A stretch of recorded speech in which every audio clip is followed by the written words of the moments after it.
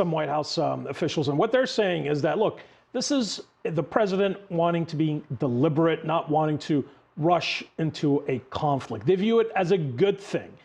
They believe that this will eventually give President Trump even more leverage with the American people and possibly with allies. It shows that he's willing to talk, puts the ball in the court of Ayatollah Khamenei and the Iranians, and it still gives them additional options. So we are hearing from administration officials that they are still considering all options to include potential military strikes.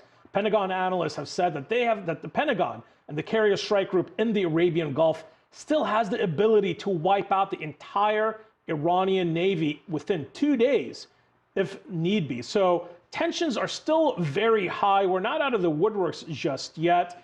A limited surgical strike would not necessarily mean war, but it certainly would be a much greater escalation, exponential escalation than we've seen so far in the ongoing proxy and shadow war between the United States and Iran. Let's not forget U.S. CENTCOM, U.S. Central Command, is adamant that this surveillance drone was shot over international waters. It's important to also remember that this particular type of surveillance drone is not a stealth one. It's meant to fly at a very high altitude, which means it's supposed to be very difficult to shoot down, but it's not necessarily calibrated to be a stealth type of unmanned aerial system that would fly over Iranian airspace. That's not to say that the United States military and the intelligence community has not flown drones over Iranian airspace in the past, but we are seeing an Iran that's much more emboldened to target these types of drones. This is not the first time that the U.S. drone was shot by the Iranians or by